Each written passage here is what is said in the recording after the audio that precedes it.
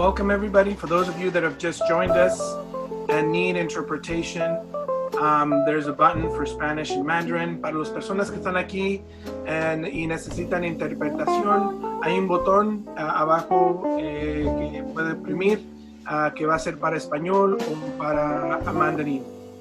So for those of you, again, that need interpretation, there's a button below that will allow you for Mandarin and Spanish interpretation for this evening.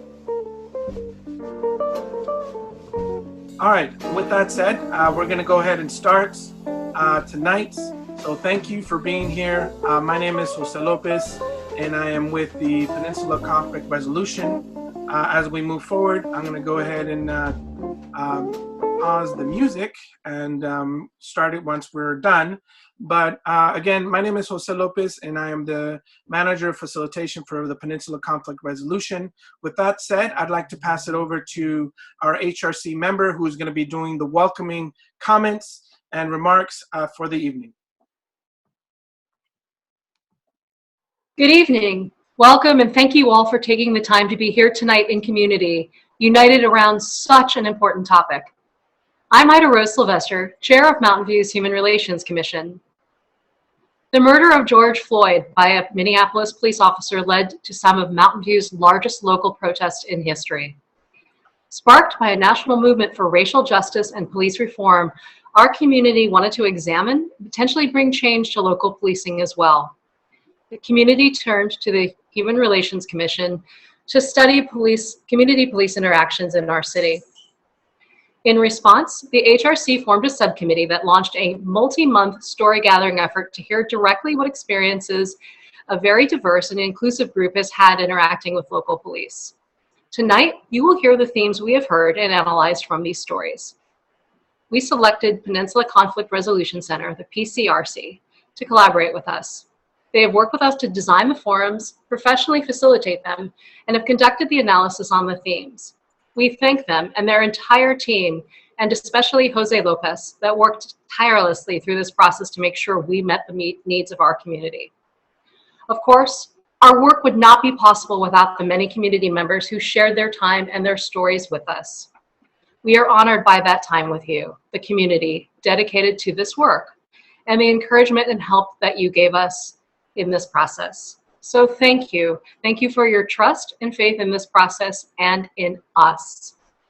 I also want to thank my colleagues on our subcommittee, Julie Solomon and Annette Lynn, for your dedication and hard work and your great senses of humor. I also want to thank Nancy Ducos and her team for helping us connect with vast non-English speaking community.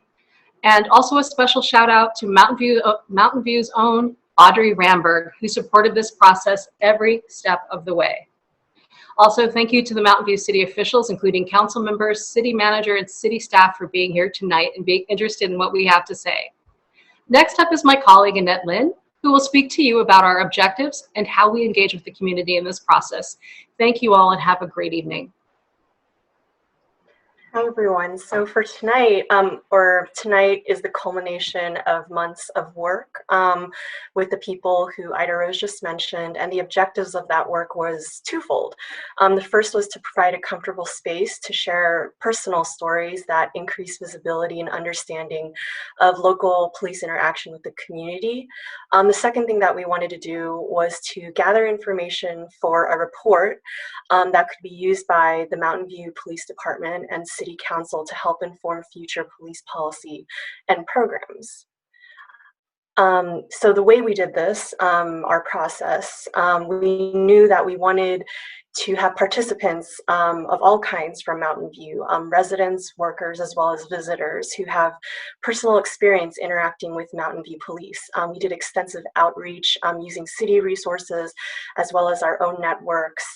We did our best on in person as well as virtually, reaching out to groups who were often difficult to reach, such as the homeless community and communities of color and communities that do not speak English as their primary language. We offered from August to October various methods to submit stories. So one of them was a series of listening forums that we held virtually over Zooms. A lot of you may have participated, and we focused some of those on specific groups of constituents.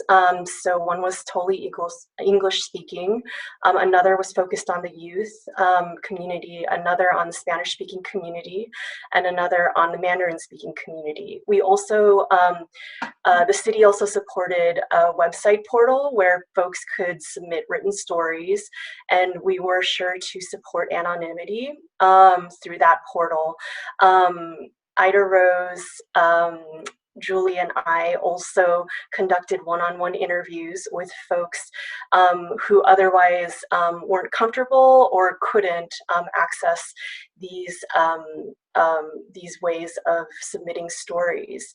So what you'll see tonight is sort of a first look presentation of what we've been able to collect over this summer and the fall, collecting these stories. And now Julie's going to discuss the objectives of tonight specifically. Thank you very much, and good evening to everyone. Are we able to see the slides? If we are, we should be on slide number 5. Thank you very much. So for this evening's community report out session, we have 3 objectives. The first objective is to share a summary of the themes from the stories collected through the virtual listening forums, the online portal, and the one-on-one interviews that Annette mentioned, so that you, as members of the community, can understand what was shared, and also so that the story sharers can feel heard. The second objective for this session this evening is for you to learn about different experiences and perspectives from each other through breakout groups. And I do want to emphasize that the purpose of the breakout groups tonight is not to share your own stories, but to use hypothetical scenarios based on real stories as a focus for discussion. This brings us to the third objective for this session, which is to engage in dialogue about how to improve negative experiences with the police and how to strengthen community police relations in Mountain View. So I will now turn the floor back to Jose Lopez from PCRC to address the first objective for this evening, sharing the findings from the stories that have been collected. Thank you, Julie. I appreciate that. Just want to make sure that the interpretation function is being used and is currently activated. So for those of you that need interpretation, Ivy is going to be there. Go ahead and Ivy, go ahead and speak to the mic and introduce yourself really quick.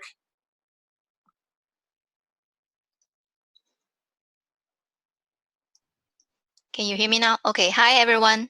This is Ivy. If you need help, 如果你们需要中文翻译的话，请你按在下面有一个语言的选项，你可以。All right. So the function for both the Spanish and the Mandarin interpretation should be working. Please let me know if that's not the case. I want to make sure that everybody has access to the information that we're providing tonight. Okay. With that said, we're going to go ahead and move on with the presentation. And the next thing on the agenda is, or these slides are the actual work that we actually did. And so part of what we try to do with the methods of engagement is try to reach out to different people in the community to make sure that we get information from different sectors and different feedback from a variety of different people. And so the methods of engagement that you see before you are threefold. And so first, which was the virtual listening forums, which was a variation of what we're doing here tonight. And we had 4 of those. One was in English, one was specifically identifying the youth. Another one was for Spanish, and then another one was for Mandarin. The total amount of people that we were able to reach out to within this virtual listening forum, given the circumstances of shelter in place and COVID, is 87. So really quick, we had online story submissions. There was 51 of the stories submitted, all of which were in English except for one. And then finally, we had 43 interviews in which the HRC committee members went out and interviewed various people in the community to be able to get their feedback from the different constituencies out in the community. And so the total of the people that were reached to during these summaries, or during these engagement, was 181 people. Of the stories that we received, 82 were expressions of satisfaction. And so these were either keywords or expressions or narratives that this people shared, and about 266 expressions of concern and or need for improvements. And so the methods that we used were identifying keywords or phrases when people shared their stories, grouped them into themes, and counted each of the mentions. There was multiple themes within a story sometimes. So for the online submissions, because the stories were long and complete, they shared a variety of different themes. And so sometimes it was positive, sometimes it was positive and negative, or sometimes it was positive and need for improvement. And so I just want to let everybody know that there's a variety of different stories and mentions, and sometimes the mentions were mixed. The background of the race, ethnicity, and age was not collected, unfortunately, in the stories. However, we did do the Mandarin, the youth, and the specifically with the interviews, we did interview various homeless populations, to homeless and or unstably housed populations, to see what their experiences were. And so for the Mandarin session, it was overwhelmingly positive, and they expressed a great, they expressed a satisfaction with the police and with their experiences with the police. With the youth, it was a little different, where the expressions were a little more critical, and there was some room for improvement, specifically as it related to SROs and their interactions in the schools. And then finally, with the homeless population, there was some needs for improvement when it came to interacting with the police as it related to their life as unstably housed. Again, these stories are 181. It's not a complete picture of all of Mountain View, but the forums were shared with everybody, and anybody can come in and share their stories. The online submissions were also open to everybody. And then the interviews were specifically targeted to groups of people that we wanted to make sure that their voices were heard and their stories were included, because they might not have access to technology, they might not have access to the internet, they might not have access to the flyers and the announcements that we made out in the community, given the circumstances. With that said, I'd like to quickly go over some of the themes that were expressed. We're going to go ahead and start with the expressions of satisfaction within this context. And before I start, I quickly want to say that the questions that were asked for these themes were three. Describe an interaction with the Mountain View Police. What happened during this experience with the Mountain View Police? And what can improve with these experiences with the Mountain View Police? Finally, so there was four, how the experience affected your future interactions with the police. And so both in the small group virtual sessions and the online portals, and also in the interviews, these were the guiding questions that we asked for the themes that we received. And so, again, starting with the expressions of satisfaction, we received general expressions of satisfaction where people were expressing their appreciation, and they said they had a positive experience with no real context, or it was good, it was great, and they were grateful about what the police were doing and their experiences with the police. Positive community relations. These were stories where police presence in the community built trust and left a positive impression with the people that shared their experiences. Harmful police experiences. And so for these stories, the assistance with police provided a helpful scenario where they solved the problem, or they were very helpful in that scenario, and that's what the community expressed. Pleasant police interaction. Again, a lot of these were general expressions of satisfaction. These were people that came across a police officer or various police officers, and the police officer acted friendly or very kind in this scenario. Moving on with expressions of satisfaction, feeling of safety in police presence. These were the stories where the police responded to a either call in the home or a call in the community, whether it be out in the community or in the home. And the people that called felt very safe and very thankful that they were there. Positive school environment with SROs.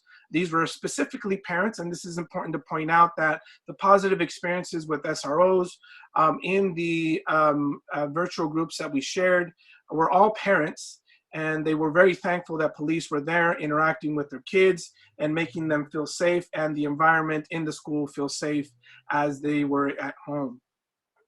And so now we move on to expressions of concern and need for improvement. The top mention was domineer police behavior. These stories were where police acted in a way that was rude, arrogant, overbearing, or bullying. And this is what the stories that were shared expressed. The next mention, with 42 mentions, were race-based and biased policing. And so these stories of police contacting people or treating them poorly, making assumptions because of their race or social economic status. And then we have police not the appropriate personnel. And this was mainly dealing with non-emergencies or situations that dealt with mental health. And so these stories is where the police were called, but another type of help was needed or could have helped this situation. Again, whether it be mental health or SROs in a situation where the schools or the students were involved. And this is where the students contributed their thoughts with specifically SROs, where police was not the appropriate personnel in the schools as the students felt. Need for police training had 35 mentions. As these stories progressed and they shared the various thoughts they had about their experience, instances where suggestions of what the police can do to better themselves in terms of personal skills and or reducing concerning police behavior. And so there was 35 mentions for need for police training. Lack of police trust came in where the people felt threatened by the police or said they don't trust and that they don't want to contact the police because of fear of this situation escalating. Continuing with the expressions of concern and need for improvement. Need for, so negative police relations, these were stories where police interactions with people or presence in the community included an excess of police response or created a negative impression of the police. Again, different from, let's say, individual interactions. These were more situations where people found themselves in the community and experienced these type of scenarios. Need for police accountability and transparency had 23 mentions. The stories that were shared in this category and theme were stories where people wanted to understand police policies or wanted a more satisfactory way of addressing the complaints that at times weren't resolved or weren't addressed according to their needs in the stories that they shared. And then finally, the final three themes that were shared were community bias leading to unnecessary police response. And so the stories where community members called the police on someone because of the storyteller's social economic conditions and or race, which was unnecessary or unwarranted in that scenario. And then we have unnecessary use of force. These stories of police being physical and the use of force where it wasn't necessary. And especially with unnecessary ticketing, this was especially the case where unstably housed folks or homeless people felt that unnecessary ticketing was a problem, where the stories that police issued tickets that were unfair or unnecessary in the situation where, let's say, a different service could have been provided and better address the situation.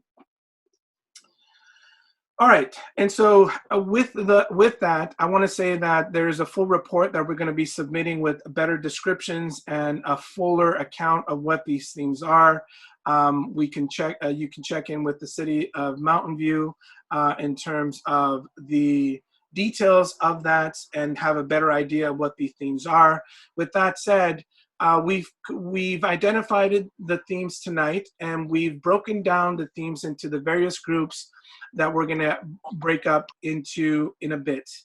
And so these themes were selected, and hypothetical scenarios were created based on the stories submitted. And so we want your input tonight. And so these stories illustrate the themes. And so of these themes, we have several questions that we want the audience and the community members to address and discuss when we break out into small groups. How does hearing this story make you feel? And so of the 8 groups that we have divided currently into breakout groups, and we'll eventually do that in a bit, we're going to have different themes in each breakout room, and each breakout room is going to respond to these questions. And so what does hearing this story make you feel? What do you imagine to be a better perspective of the storyteller?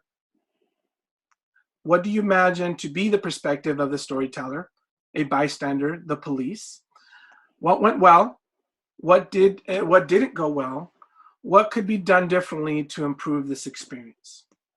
And so when we break out into the groups, these are the type of discussions we want to have, just so people know that these are the type of things that were being suggested by the small groups. And these are the type of themes that we want to know more information about. So with that said, I want to remind everybody that we have some group agreements that we want people to know. And when we break out, we want people to reflect on the scenarios presented to your group, to speak and chat respectfully. You will all have the ability to chat and to unmute yourself once we break out into the groups, to listen for understanding. Even if the perspective is different from yours, to speak from your own experience when speaking on these difficult dialogues and difficult discussions, and to let the facilitator guide the process. And so the facilitator is there to make sure that everybody speaks, to make sure that everybody's heard, and to make sure that various opinions are accounted for accordingly, and everybody feels safe and fair in the process. And so also remember the time and the technology constraints. There's some features that allow you to raise your hand in the Zoom platform, but feel free to just raise your hand and just let the facilitator know in the process as we break out into small groups. With that said, I'm going to go ahead and allow for the small groups to happen. We are going to go ahead and do the breakout rooms. Everybody has been assigned. There's going to be a note taker and a facilitator for each group. For the city representatives that are here today, we want the groups to be for the city members that are here. And so all city representatives are going to be designated to a different group. Further instructions will be provided once you're designated to that group. Once we break out from the small group sessions, we'll be bringing everybody together again to be able to share what each one of the groups have discussed. When we break out into the large forum again, each one of the facilitators and note takers will share the summary. You'll have about 3 minutes to share. If you can see if one of the community members would like to share the summary of your group, that would be preferable. But if not, somebody within the facilitator and note taker, if you can provide the summaries. Okay, with that said, we're going to break out into groups, and we will have an hour to discuss these themes, these scenarios, and these questions. See you in a bit. And so the narrator of the story called the police. And the police came out like in 4 cars. I don't know how many policemen, intimidating practically the whole neighborhood.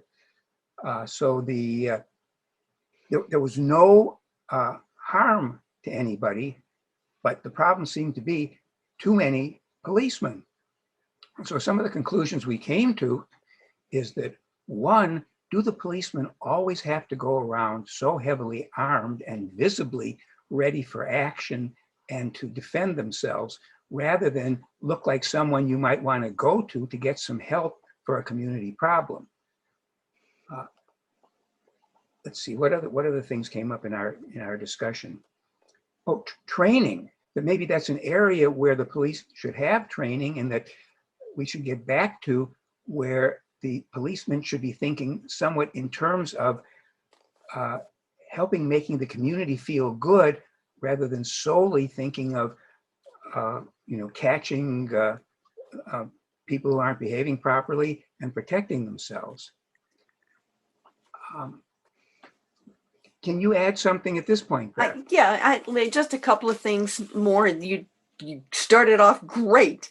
I think there was a feeling that there needs to be an alternative to calling the police when it is a fairly neutral situation, but there's a little bit of fear or wanting it resolved, that there should be some alternative to calling 911, because it seems like it goes boom, just like that. And as Ron said, 4 or 5 vehicles show up, 6 police, all completely with, somebody mentioned that they have all kinds of weapons on, not just the guns. And so there's also something about the posture. Somebody mentioned the military posture, and they're sort of like ready for action. And that can actually create more of a violent reaction than if they did approach it in a different way and worry about the relationship with the community instead of safety first. There was one comment, well, several comments, people piling on, that it seems like there's a brotherhood among the police and that they are united to protect themselves, and it turns out to be like being united against the community instead of for the community. So, definitely some need to look at how do we build relationships. I'm going to close with one wonderful story. One young woman said that she was sitting in the park with a friend, and a fully outfitted cop with all of the weapons walks over, and they're kind of like, and he hands her a 7-Eleven coupon for a slushie. And she said that the reaction was not what he expected because, taking this coupon for a slushie from this guy who's all outfitted and looks so threatening was a little worrisome. Thank you, Ron. Great job. Thank you, Beth. Thank you, Ron. Thank you, group. That was great feedback. We appreciate you being here tonight and sharing those stories with us. Up next, we have Nel Marie. And then after that, we have Alice. Nel Marie, you want to go ahead and unmute yourself and then share the report? Yes, I'm going to turn it over to Patty, who did an amazing job in capturing what the group shared. Patty? Okay, thank you, Nel Marie. Can you hear me? Yes, we can, Patty. Yeah, okay, great. Okay, so our scenario was about a Black adult who feels uneasy with police officers based on his memories as a kid when he was in middle school, being followed and harassed by police officers all the way until when he was an adult. So some of the highlights were that some folks really felt really sad that this had to happen to a child. Some were just, not surprised that this is going on. And there was, questions about why, and so there was more of a focus about the impact that this has as with children, that this is a traumatic experience for a child that can really impact their psyche, and that racism is a form of trauma. And so that considering that this can really create some long-term impacts when they're adults, and also questioning about why there are SROs SROs on campus, and that it feels like it's more of a fear, intimidation in having police officers on campus. Really wanting to have a better root cause analysis and understanding of this, and hearing some folks said that that police officers are not equipped to de-escalate, and others mentioned about needing that. What really one of the things that needs to happen is really sitting together in a room where all parties are involved, where we listen to each other, there's respect, and that police officers understand that the impact that this is having on young children. And also the importance of having an outside citizen body that holds the police department accountable, that it shouldn't be a police department holding themselves accountable, but really looking at the outside. And then I'll also add, because I heard it also came up in another group about, there was questions about, why is it that community members are the ones coming out here or being part of these groups, when it really needs to be the police officers to really hear from them, like what are they going to do or how they're going to change this.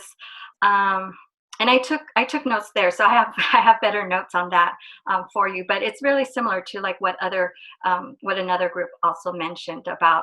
Well, wait a minute, how is the police department or police officers holding themselves accountable and being part of this process? Thank you, Patty. And again, the full notes are going to be shared with the city. Right now, we just want a quick summary of what the group discussed. And so up next, we have Alice, and then we have Steve. Alice, does somebody want to share from your group? Yeah, I'm going to go ahead and share what we discussed. Our scenario was basically that there was a volunteer at serving meals, and two guests got into an argument, and someone called the police. And then when the cops arrived, they immediately targeted a Latina guest, and they presumed that she was the one involved. And when they were corrected, the officers didn't apologize, and they continued to just be rude and aggressive. And so they missed a chance there. So some of the things that we talked about is that the situation is not surprising, and that it's a disappointment that officers arrived at the scene and immediately targeted a Latina woman who was not involved. The most fruitful conversation was around how to improve community relationships with law enforcement, including better trainings on building empathy, conflict resolution, de-escalation of difficult situations. How can we ensure law enforcement is applying such training while out in the field? And community members should also be trained in the same skills to support law enforcement. And then there's also dialogue around dispatch sending the right responding party to a situation. So CRT officers responding to a person in a mental health episode and that sort of thing. So that was what we talked about. Thank you. Alice, thank you very much. Very thorough and very succinct. Up next, we have Steve, and then we have Amanda. Steve, go ahead and unmute yourself and share what you discussed with your group. Yeah, so we did not actually get a scenario, but we kind of improvised and just had a very general discussion about many of the themes that we've already heard about. And definitely, a mixed picture came out. There were some, comments about rudeness or lack of sensitivity in some instances that were observed. Lack of, taking opportunities for positive community policing experiences and so forth. But at the same time, there were also a number of very positive experiences and feedback, particularly involving, one case with somebody who, was mentally disturbed in the middle of the night. Police coming and successfully de-escalating what could have been a very difficult situation that they could have overreacted to, but they did not. And also we heard of a very touching experience with an SRO involving helping a student who was reporting domestic violence, and again showing a lot of sensitivity to a difficult situation. So it was really a mixed bag. Our group also talked about this question of how budget and resources should be allocated to police versus other services. I don't think anybody felt that to go to the extreme of so-called defunding the police, but there was definitely a sentiment that maybe it was time to reassess allocating more resources towards more social service type activities, training, and so forth. And one thing that came out several times that I also heard from other groups is just a discomfort with police always wearing guns. Sometimes when police are not in their normal, beat roles, if they're talking to community groups like this one, do they really need to walk around with weapons on their belt and so forth? And I think that makes some people uncomfortable and they question it. So those were the main things that we talked about. Thank you very much, Steve. We appreciate your feedback. Amanda, I know that we had a little bit of time with the Mandarin session, but is there any thoughts about what you discussed with the Mandarin session with the time that you had? Sure. So basically, our group has a very positive reaction towards the Mountain View Police Department because they all received very good experience, especially for senior people. They've been receiving great help from the police department. We do have a couple questions that came up during our discussion. Eileen, would you like to share those discussions?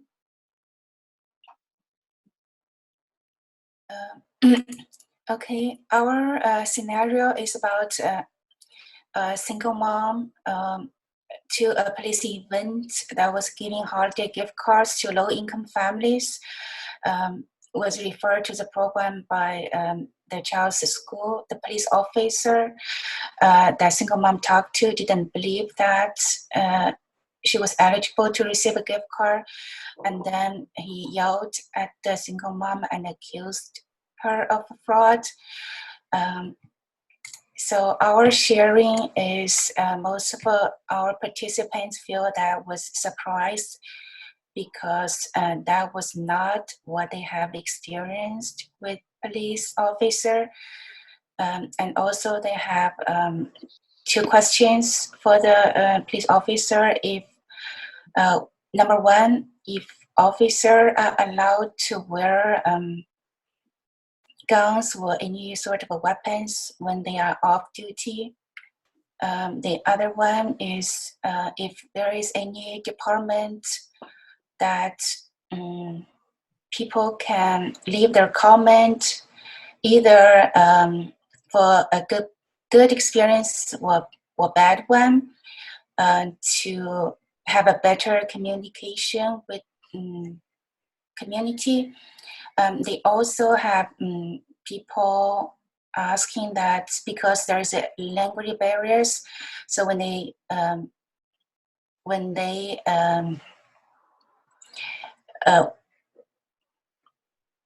so they were asking if police officer can, recognize that situation. So when they talk to people that don't speak English, they can speak slowly or provide translation, especially for Mandarin speakers. Thank you. Thank you very much, Eileen. And that was very hard because she took notes in Mandarin and she was translating as she spoke. And so now we're going to ask the person from the HRC to help us with the closing thoughts and comments in terms of the next steps. And so HRC, if you can please unmute yourself and provide the closing comments for this evening. Thanks, Jose, and thank you everyone for your patience and for your trust, especially tonight and throughout the past few months as we were gathering stories from all of you. It's really been an honor that you were able to share such personal stories with us. So we want to assure you that this is only the beginning. There are next steps. I know it came up a couple times of when are the police going to get involved, when are policies going to get involved, and this is it. So we are compiling a report with PCRC, taking, you know, everything that we've learned from you all from the last couple of months over the summer and into the autumn, and we're compiling it into a report, and we're presenting that on December 1st to the City Council, and it will also be shared with the Mountain View Police Department.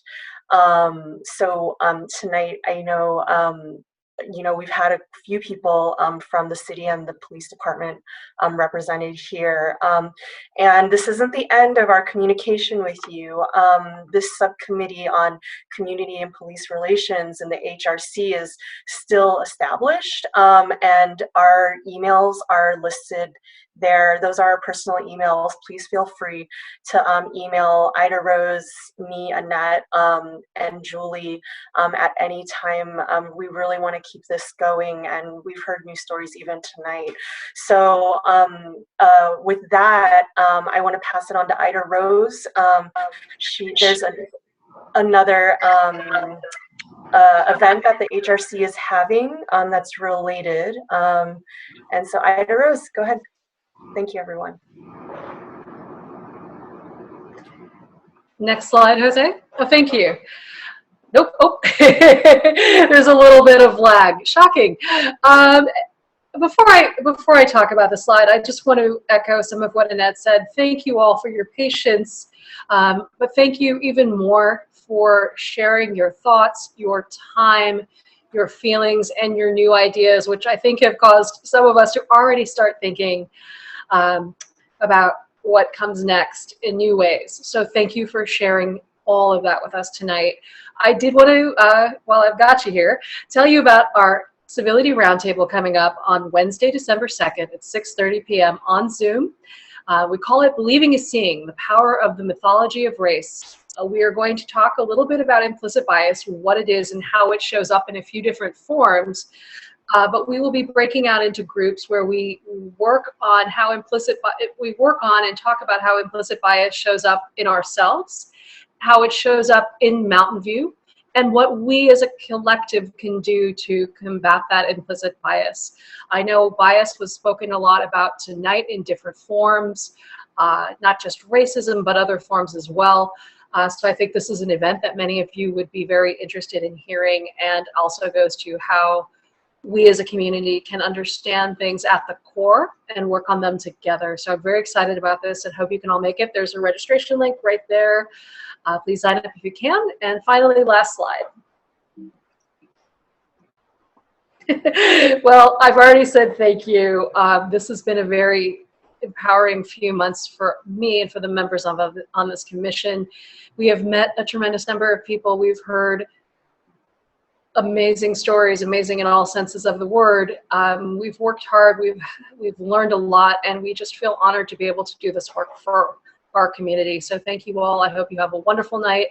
And again, hope to see you back here again soon on another Zoom.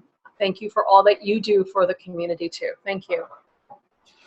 With that said, I want to be thankful of everybody that's here and that helped us out. That is it for the evening. I'm going to put some music on as people walk out. If you have any questions, feel free to contact the HRC members for further updates and report that's coming out of these sessions. Thank you.